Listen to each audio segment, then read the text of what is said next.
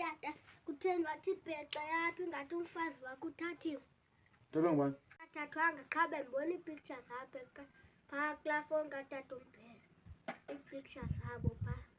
Ithini into yakho nekwantu festival yapha eMboya ingathi awuthengi into ezintle nje?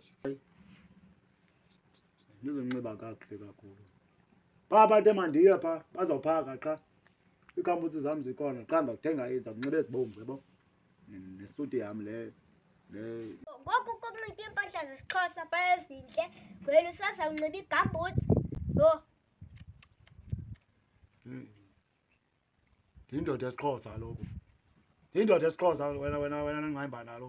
Funeka ndibonakale phaa ngeegambusi zam ezibomvu. SisiXhosa okanye uphazamiswa ngulathi.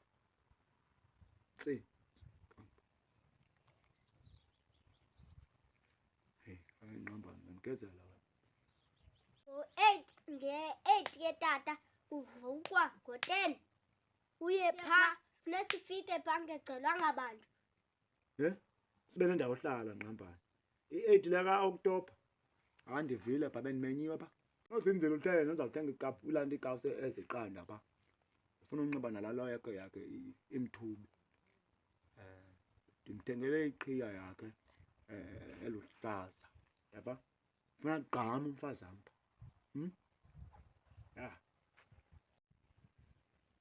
Tata mna ndofamazelwa ngalini kuba mna ndinesitayile. Nina abantu abangekho stylish ngofama ndizalwanga ngabo.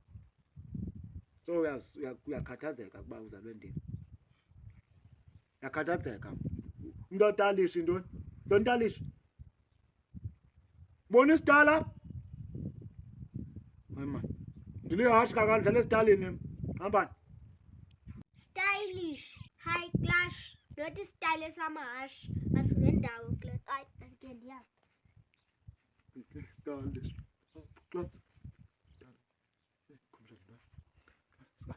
Stylish.